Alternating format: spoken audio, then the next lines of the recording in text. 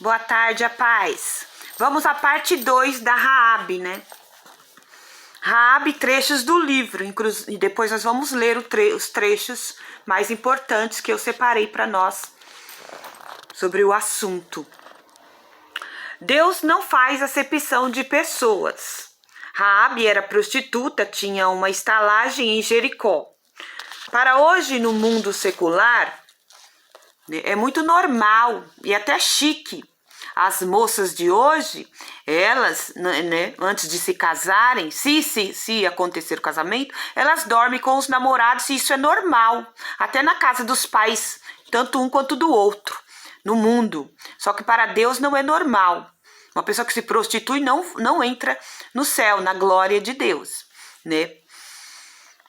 E há um ditado popular, elas juntam os trapos e tá tudo bem, tá tudo normal, não tem problema nenhum. Juntar os trapos é moderno, é chique, né? Viver assim, amaziado, que nem diz muitos. Tem pessoa que não quer fazer o compromisso no papel porque parece que estraga o casamento, isso aí parece uma superstição do povo do mundo, né?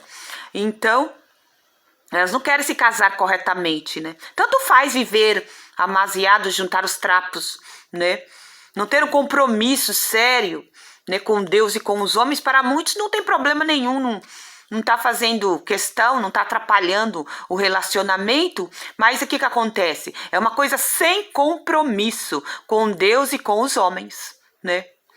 Então, porque o povo de Deus deve ser um povo santo e separado. As moças crentes não pode namorar assim, feito as moças do mundo, né? Não pode namorar por muito tempo, não pode viver beijando e nem dormir com o namorado. É pecado e grave. Quem se prostitui não entra na glória. As moças de Deus têm que se casar e só com um homem e viver até o final com ele, até morrer, né? Não pode se prostituir, né? Vamos ver um trecho em Gênesis 13:13. Ora, o que aconteceu lá em Sodoma? Vamos dar o exemplo, porque o pecado nos separa do amor de Deus, nos separa de Deus. Por isso que se prostituir é pecado. Tanto o pecado de prostituição quanto o homossexualismo, que os dois são praticamente o mesmo tipo de pecado, homossexualismo e prostituição. Na mesma lista. Então, ora, eram maus os varões de Sodoma e grandes pecadores contra o Senhor. Gênesis 18:20. Disse mais o Senhor, porquanto o clamor de Sodoma e Gomorra se tem multiplicado e porquanto o seu pecado se tem agravado muito. O seu pecado se tem agravado muito. Deus não faz concessão. Concessão quer dizer dar o direito, né, ao pecado. Ele observa cada maldade, injustiça e imoralidade que é cometido. Salmo 34:17, Tiago 5:4. Depois você confere esses versículos, agora não vou poder agora. No tempo certo, não havendo arrependimento do pecado, Deus o julgará. A própria natureza de Deus requer que a iniquidade seja castigada. Então, Deus nos salva do pecado e não no pecado. Não podemos continuar pecando. Temos que nos arrepender, abandonar o pecado se quisermos viver com Deus, né? Exemplo de pecado, Gênesis 19:4-5. E antes que se deitassem, cercaram a casa os varões daquela cidade, de Sodoma, desde o moço até ao velho, todo o povo de todos os bairros. E chamaram Ló e disseram-lhe, onde estão os varões que vieram a ti nesta noite? Traze-os para fora para nós, para que o conheçamos. Essa expressão indica que os homens da cidade queriam abusar sexualmente dos visitantes chegados, que eram os 2 anjos enviados por Deus, para ver realmente o que estava acontecendo em Sodoma, né? E deste infeliz incidente que deriva a palavra sodomia. Seu significado se refere ao homossexualismo e à perversão homossexual. 13:13. A sodomia é severamente condenada pela Bíblia. As pessoas são livres para escolher e para mudar de vida se quiser. Escolher por Deus, por Jesus. Ou viver uma vida prostituída no pecado do mundo, né? Na porta larga, pode fazer tudo o que você quiser, né? Lá no mundo secular, moderno, né? Mas os crentes devem se santificar pois servem a um Deus santo e deve negar a si mesmo, tomar a sua cruz e seguir após Jesus. Negar a si mesmo. Quem é amigo do mundo é inimigo de Deus. Não podemos servir dois senhores, Deus e o mamão e o dinheiro e o mundo. Quem quiser ganhar a sua vida, perdê-la-á. Quem perder a sua vida, achá-la-á. E que adianta o homem ganhar o mundo inteiro e perder a sua alma? Deus prova o crente. O coração prova a fé do crente. O crente, para ser provado, ele tem que passar pelo crisol, pela fornalha, pela cova dos leões, né? Passa pelo funil, passa pelas pedradas, pelos açoites, né? Passa por muitas provações para poder ser aprovado por Deus. Tem que ser, o crente é disciplinado também para crescer. A prova de Deus não é para matar o crente, é para disciplinar, é para ensinar o crente. Né? Por isso que ele é muito provado. Pode ser que a pessoa mais usada, ela é a mais provada, ela é a mais, né, provada por Deus, né? Para ser aprovado. Então, e o crente suporta blasfêmia, suporta porta na cara, suporta, né, muitas coisas, pedrada, açoite, suporta tudo, né? Mas ele deve renunciar muitas coisas se ele quiser ser aprovado por Deus para alcançar a glória. Quantas coisas o crente tem que renunciar, não é? Ele não pode ver uma vida prostituída, né? Tem que negar a si mesmo e renunciar muitas coisas. Então, para conhecer a Deus, não é de qualquer jeito. Tenho nessa questão que eu estou lendo da Raabe, eu ainda vou ler trechos, onde a moça, que ela se prostitui, depois ela tem traumas. A Raabe, vou lhe passar alguns verdadeiros. Depois que ela se casa, ela tem alguns traumas que ela vai ter, que tem cicatrizes, abertas cicatrizes, ali presente ainda do passado, de prostituições feito ela, entendeu? Que não é normal uma moça que vive assim, não é? Então, aí é muito bonito ser assim, moderna, modelo fotográfica, né? A famosa, mas a vida prostituída traz os traumas, traz cicatrizes, das quais depois há lágrimas, há choro, a pessoa fica travada, a pessoa fica, não é? Com problemas para poder se lidar, não é?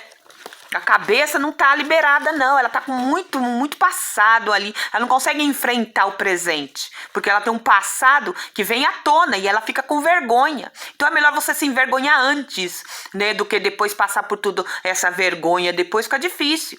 Então é melhor você se envergonhar antes, abandonar, se arrepender, para poder, quando Deus perdoar verdadeiramente, você nem vai lembrar mais. Para você casar com o homem de Deus, nossa, você vai ser livre com ele. O seu casamento vai ser feliz, porque Deus não vai se lembrar mais dos seus pecados prostituídos. A Raabe, ela se casou com ele. Depois, com a conversa, ela conseguiu continuar casada com Salmão, né? Então, ela conheceu o Salmão. Vamos ler os trechos para você ver como que eu tô falando aqui no livro do exemplo. É muito bonito ser moderna, mas a mulher de Deus, ela sabe que ela não pode ter que ser santificada, tem que se santificar, tem que fazer tudo para a glória de Deus, dar um exemplo para o mundo. A pessoa, quando ela é de Deus, ela não tem vergonha de contar até o passado para ganhar as almas. Mas quem está no pecado, ela está no escuro, ela tá lá, quem está com as suas obras nas trevas, ela tem vergonha de contar, porque ela ainda se prostitui, ela ainda comete os mesmos pecados. Eu não tenho vergonha de contar, se for para a glória de Deus, se for para ganhar as almas do meu passado prostituído, de drogas, da minha vida errada, né? Mas por quê? Porque eu já abandonei isso há 30 anos, não sinto culpa mais de nada. Mas a pessoa, quando ela está no pecado, ela sente culpa, ela chora, aquilo acusa, o diabo acusa, porque está no mundo, né? Então aqui nessa parte que eu separei, né? Até o Salmão, né, tinha com preconceito dela. Olha só o que ele disse: o que tem ela? Ela é uma zona. Independentemente do que diga sobre ter desistido disso, ela é impura.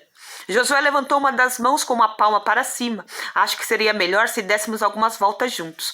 Aquela era a voz do líder de Josué, o que não gerou discordâncias. Salmão obedeceu com passos pesados. Josué não disse nada até eles entrarem em um pequeno bosque, onde um dia foram os muros de Jericó. Salmão parecia incomodado com aquele silêncio e pensava no quanto teria desagradado o homem mais velho. Josué fez uma parada abrupta e se virou para encará-lo.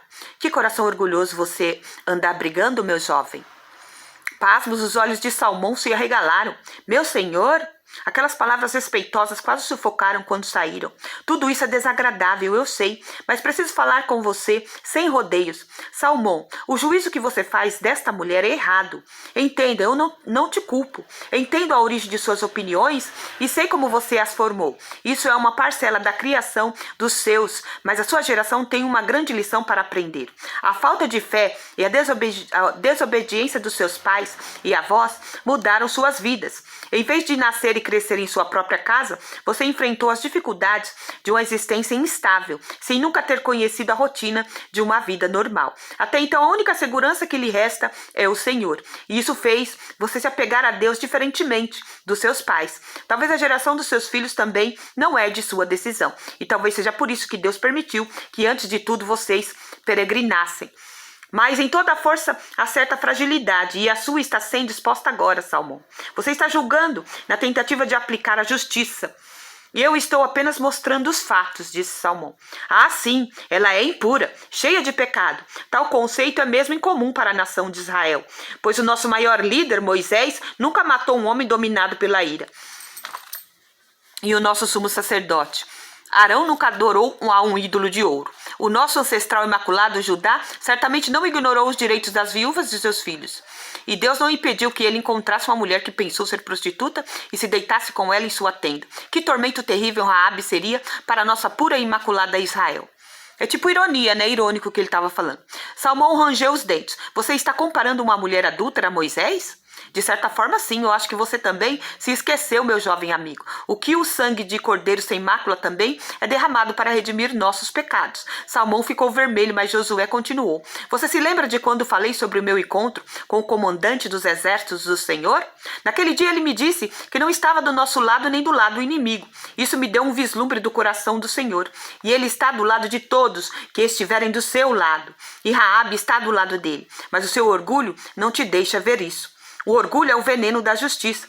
Por fora, você pode até parecer mais justo que uma mulher com tal passado, mas Deus nos vê por dentro. Você tem se ocupado tanto tentando cumprir os mandamentos e tentando fazer tudo certo por fora, que acabou esquecendo do seu interior, que o Senhor sempre está sondando. E assim você perdeu o senso de justiça. Você está confundindo condenação com bom juízo.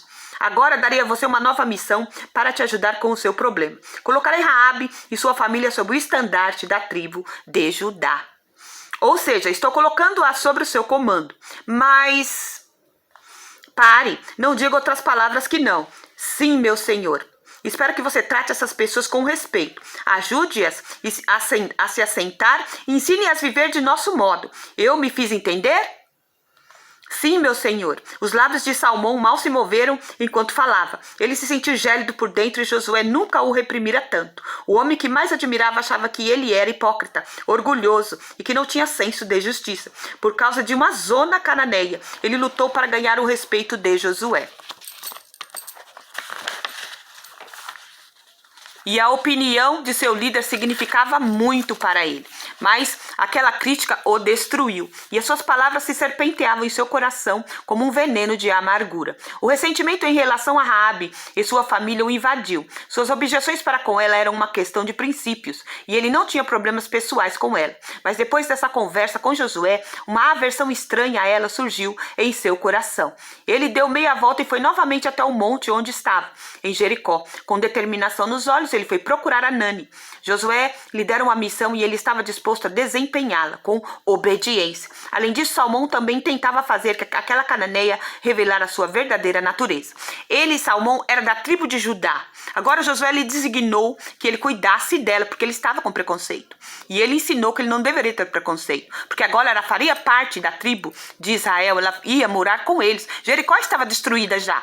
Então ela e a família dela foi, poupada. Elas ficaram dentro de casa, colocou o cordão escarlate, então só poupou a família dela. Jericó foi totalmente destruída, agora ela fazia parte do povo de Israel. E aqui no livro, não é bíblico, porque detalhes mesmo, não tem. Então a gente tem esses detalhes desse livro que nós podemos até entender assim. Então quem cuidou dela foi o Salmão, foi o homem que ela casou.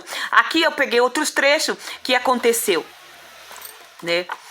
que eu falei sobre o preconceito dele, você viu que ele estava com preconceito dela, então ele também teve que lutar com preconceito, Não foi só ela que tinha aqueles problemas do passado.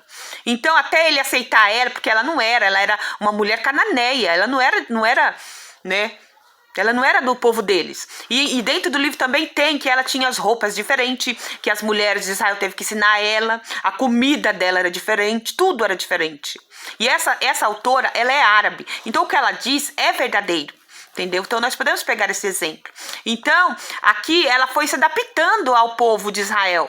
E ela foi aceita, ela foi carinhosamente aceita. E aqui Salmão ainda tinha que superar os preconceitos dele contra a Raabe. Aqui, então eles se casaram, né? Não vai dar para ler, porque senão fica muito extenso, mas é maravilhoso. Aí ele conseguiu, aí ele começou a gostar dela, ela começou a gostar dele. Aí chegou um ponto onde eles se casam. E ele faz uma tenda, ele cuidou realmente dela, cuidou dos pais dela, cuidou da família dela toda. E aqui então eles se casaram. E aqui então fizeram um banquete, né?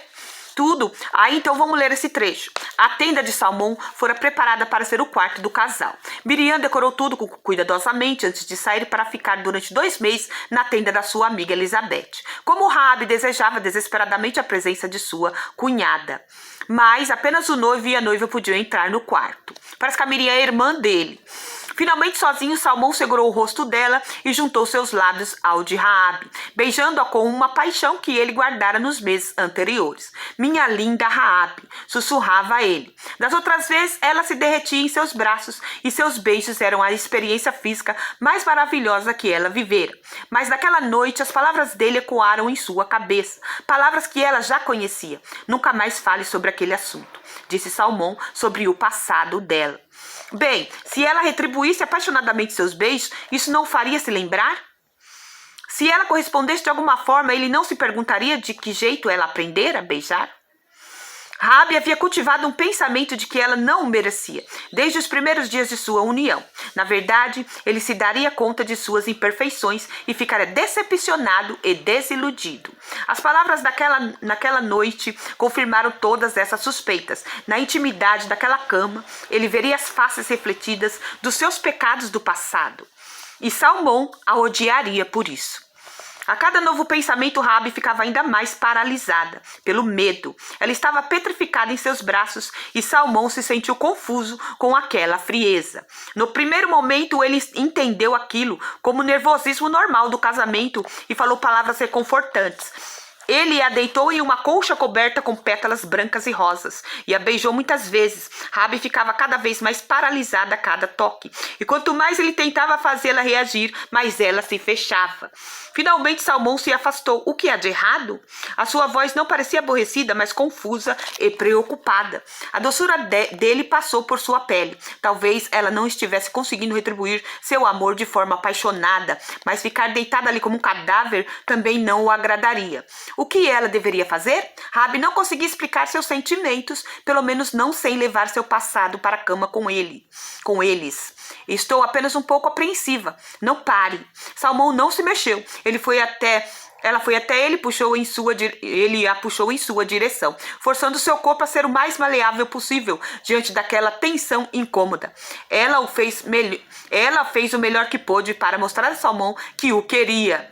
De certa forma, ela queria. Raabe queria dar a ele tudo o que pedisse, mas estava ligada demais às feridas e os medos para receber qualquer coisa dele. As amarras de sua escravidão e a incompreensão dele estavam ligadas com tanta força que a consumação do casamento seria uma decepção para os dois. Por fim, Raabe se lamentou silenciosamente por ter de dormir perto do seu marido, que ainda estava acordado. Os 7 piores dias de sua vida estavam quase chegando ao fim. A mulher que ele amava havia se fechado em uma concha, trancada e distante. Depois de várias tentativas desastrosas, ele decidiu parar de tocá-la. Ela virara uma pedra de gelo em seus braços. Na primeira vez que ele a beijou, ela se derreteu como se quisesse, mais do que tudo, ser parte da vida dele. Posteriormente, ela o olhava tão maravilhada que fazia o coração dele bater mais forte. Parecia que ela nunca tinha sido beijada antes e era como se ele fosse o único homem da terra.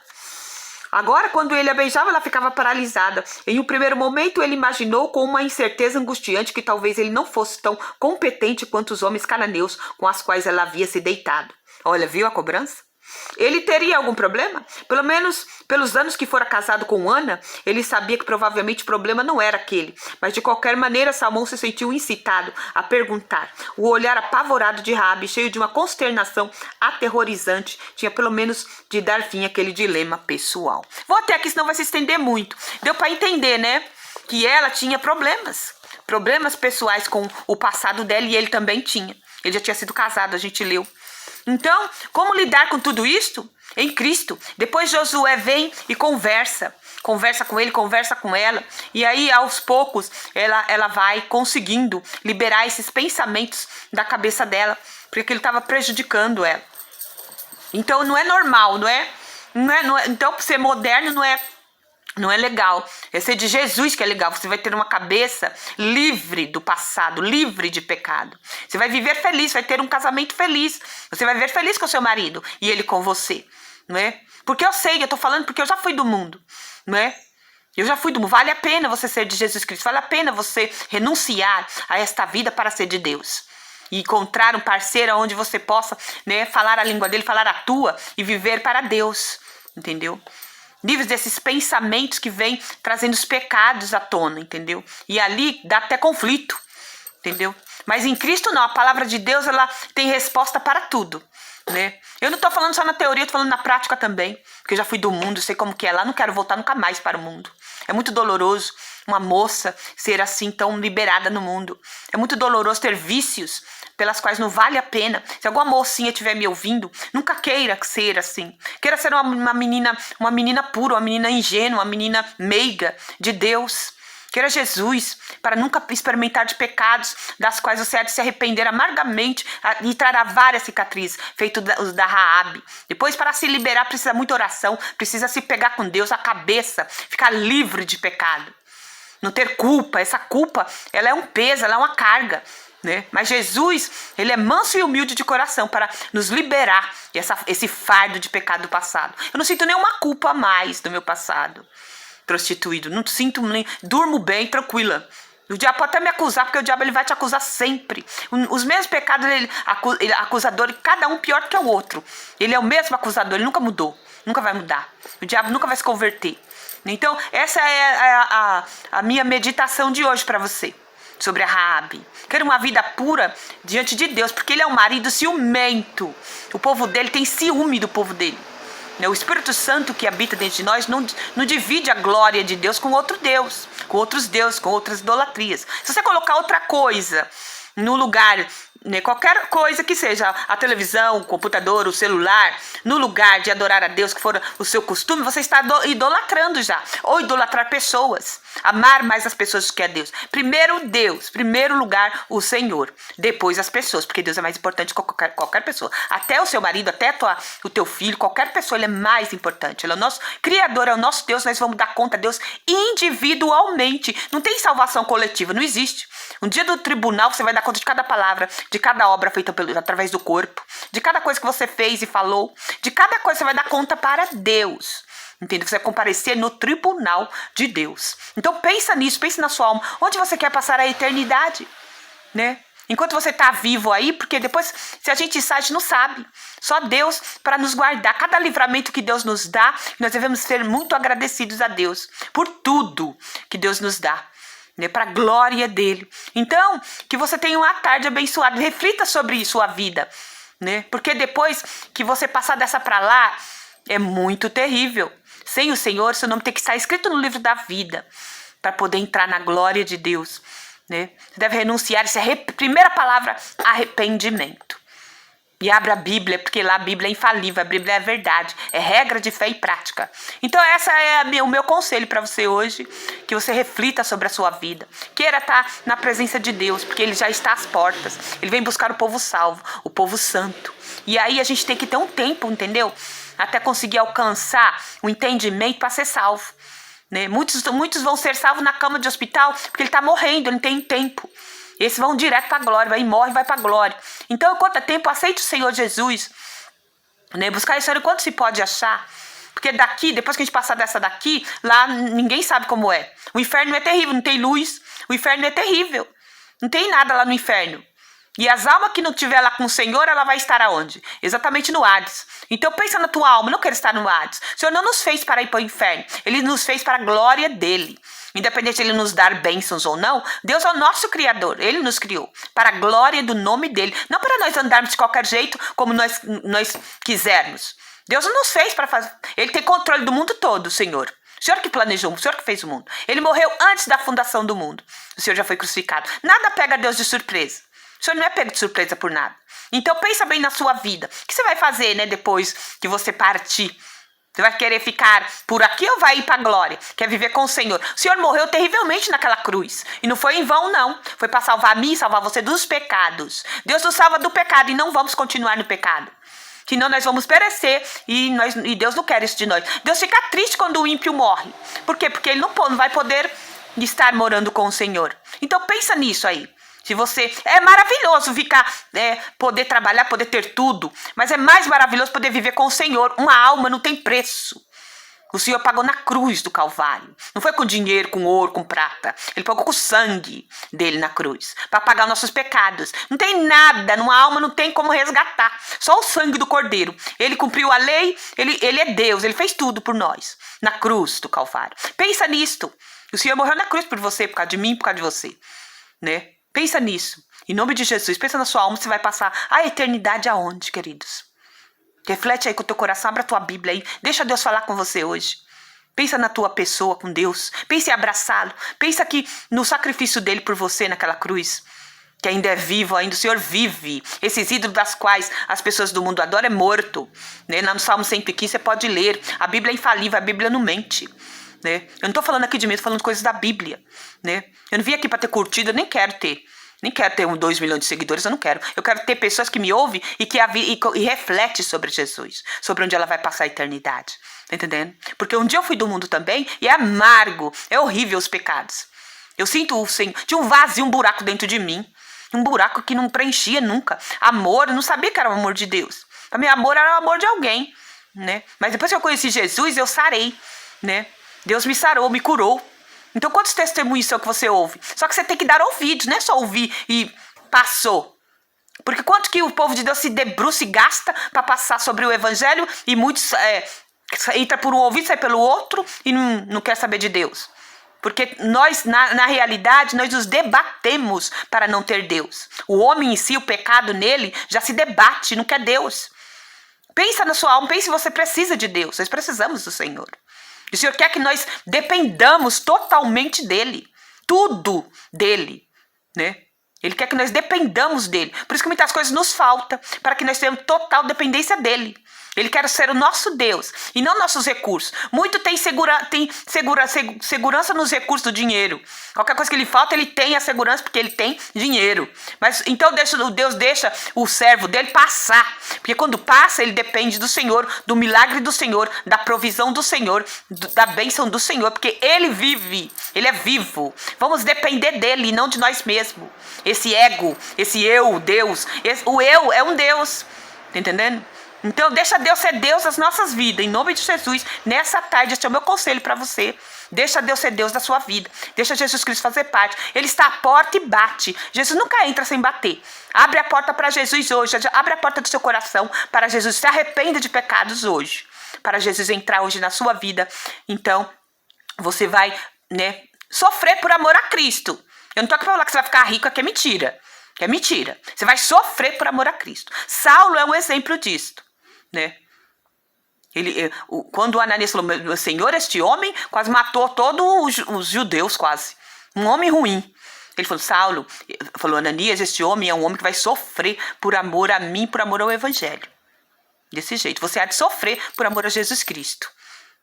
Né? Porque Jesus é compassivo, é piedoso. Por isso que ele nunca mudou, por isso que nós não somos consumidos em cima dessa terra ainda. Porque Deus nunca mudou, senão a terra já teria se enrolado. Já teria se dobrado, porque Deus está no controle de tudo.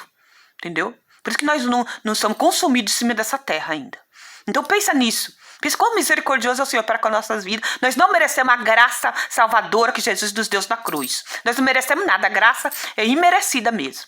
A misericórdia nós temos ainda. Né? Para se sentir a miséria dos outros. Entendendo? Isso chama-se misericórdia. Então vamos ter misericórdia, ser compassivo. Ter o exemplo de Jesus Cristo.